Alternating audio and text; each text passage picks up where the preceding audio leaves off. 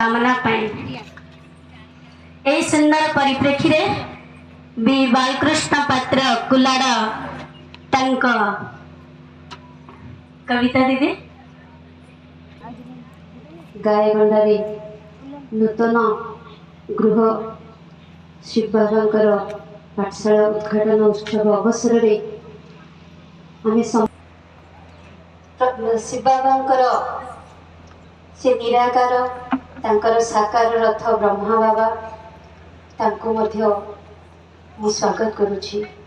तत्सहित आमर बड़ दीदी मंजू दीदी तांकर सूक्ष्म इशारा रे सारा कार्यक्रम चलुछि।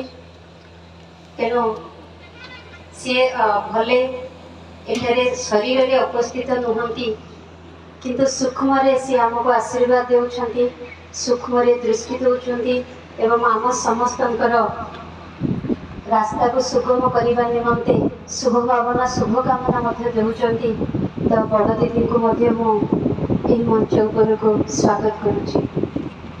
आजिर मंचस्थ राजयोगिनी ब्रह्मा कुमारी माला दीदी जी की ब्रह्मपुर सब जोन वर्तमान संचालिका, प्रभु उपहार रिट्रीट सेंटर डायरेक्टर, आपण को मध्य मो आजिर एही सभा को मोर हृदय सहित अभिनंदन सहित आपण को स्वागत जनाउछि। स्वागत है, स्वागत है, स्वागत है।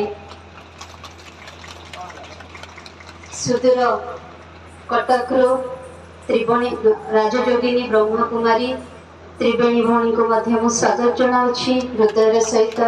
स्वागत है, स्वागत है, स्वागत है।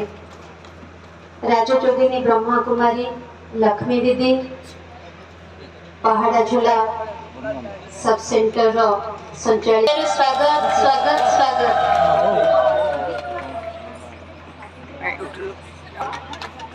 सीता किए स्वयं निराकार श्री परमात्मा अटंती। तेणु गीतारे लेखा जाइथिला यदा यदा ही धर्मस्य ग्लानिर्भवति भारत, धर्म ग्लानि समय वर्तमान धर्मर संकट अधर्म बढ़ी चलीची। तो अधर्म विनाश करी सतधर्म स्थापना करिबा पाई सत्यम शिव सुंदरम स्वयं परमात्मा धराधाम को आशीष सरलेणी।